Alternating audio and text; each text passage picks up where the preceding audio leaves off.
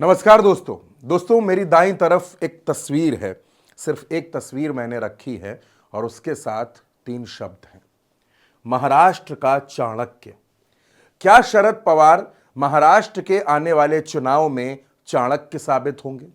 Bharatiya Janata party Amit Shah को चाणक्य कहती है, लेकिन महाराष्ट्र की राजनीति को जो लोग समझते हैं वो ये जानते हैं कि महाराष्ट्र में 4 बार मुख्यमंत्री रह चुके शरद पवार आज भी सियासत के मंझे हुए खिलाड़ी हैं। कुछ दिनों पहले बीजेपी के नेता समरजीत घाटगे शरद पवार की पार्टी में शामिल हो गए और अब यह सिलसिला बढ़ता जा रहा है। दोस्तों, महाराष्ट्र की राजनीति में जो पश्चिमी महाराष्ट्र है वो एक मजबूत बेल्ट मानी जाती है और खास तौर पर जो शुगर बेल्ट है यानी जो चीनी मिलों की बेल्ट है वो भी बेहद खास है महाराष्ट्र की राजनीति के लिए।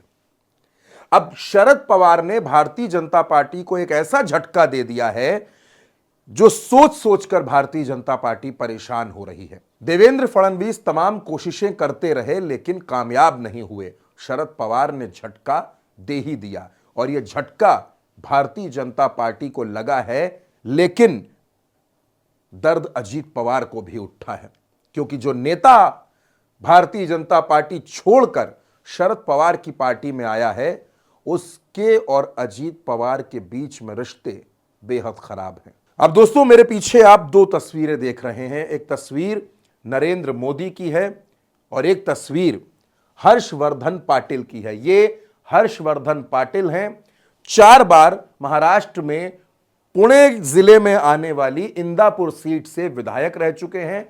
महाराष्ट्र में कई बार मंत्री रह चुके हैं और महाराष्ट्र में पुणे की जो बेल्ट है, पुणे बारामती, इस क्षेत्र में बेहद मजबूत नेता हैं। हर्षवर्धन पाटिल ने भारतीय जनता पार्टी को अलविदा कह दिया है और हर्षवर्धन पाटिल अब शरद पवार की पार्टी में शामिल हो गए हैं।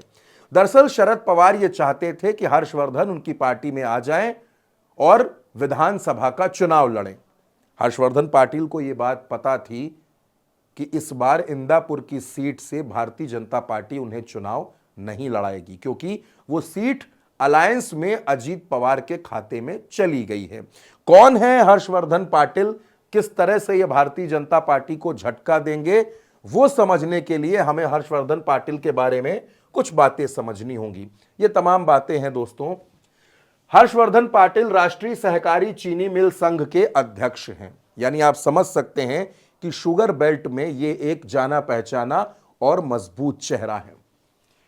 इनकी जो सीट है इंदापुर, वो बारामती लोकसभा सीट में आती है। बारामती जहां अजीत पवार का दबदबा है, जहां से उनका पूरा सियासी रसूख तय होता है। बारामती सीट से अजीत पवार खुद विधानसभा का चुनाव लड़ते हैं और ऐसी चर्चा है कि इस सीट से वो एक बार फिर चुनाव लड़ेंगे। इसके अलावा 1995 से 1999 तक हर्षवर्धन पाटिल महाराष्ट्र की सरकार में कृषि और विपणन मंत्री रह चुके हैं, यानी सरकार में काम करने का भी एक लंबा अनुभव इनके पास है। इसके बाद भी ये एनसीपी और कांग्रेस की सरकार में मंत्री रह चुके थे। इसके पहले ये शरद पवार के बड़े खास हुआ करते थे, अजीत पवार के एक वक्त में बड़े खास हुआ करते थे, लेकिन सियासी परिस्थितियां बड़ी तेजी से बदल गई।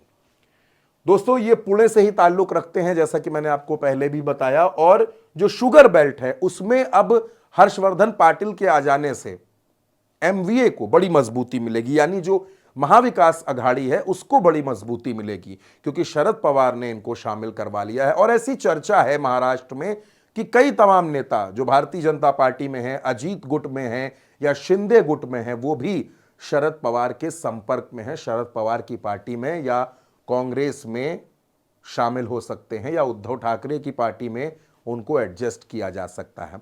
अब दोस्तों, हरियाणा का चुनाव परिणाम आने के बाद से शरद पवार और उद्धव ठाकरे बड़े सतर्क हो गए हैं। सीट शेयरिंग भी बड़ी सावधानी से की जाएगी और वो जो गलतियां तमाम हरियाणा में उन्होंने देखी हैं, जो गलतियां कांग्रेस की तरफ से हुई हैं, जिस तरह से अलायंस को साथ नहीं लेकर चला गया, उससे भी शरद पवार सतर्क हो गए हैं, सावधान हो गए हैं और पूरी कोशिश है कि महाराष्ट्र में ऐसी कोई भी गलती दोहराई ना जाए, ऐसी कोई भी गलती ना हो जो महाराष्ट्र में महाविकास अघाड़ी का नुकसान कर दे। इसीलिए शरद पवार एक बार फिर सक्रिय हो गए हैं। शरद पवार ने अपनी जो गुणागणित है, जो राजनीतिक बिसात है, उसको मजबूत करना शुरू कर दिया है। और इसीलिए लोग कह रहे हैं कि महाराष्ट्र में असली लड़ाई होगी।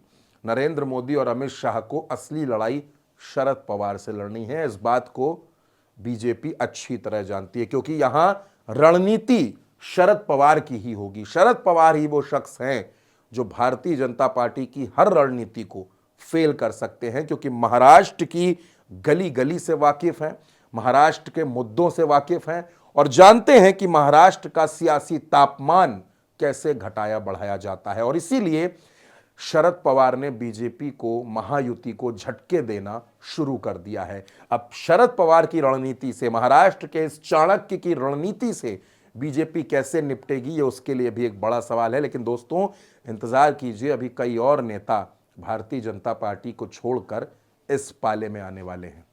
बड़ी बड़ी बातें चुगली में कह जाती हैं। हाय दैया! सड़कों पर लड़ने वाली प्रज्ञा यहाँ नया रूप दिखलाती हैं। बीजेपी वाले वर्मा जी के दुल्हन बोली। अवध की बिटिया को है अपनी बोली, अपने देश की माटी पर अभिमान।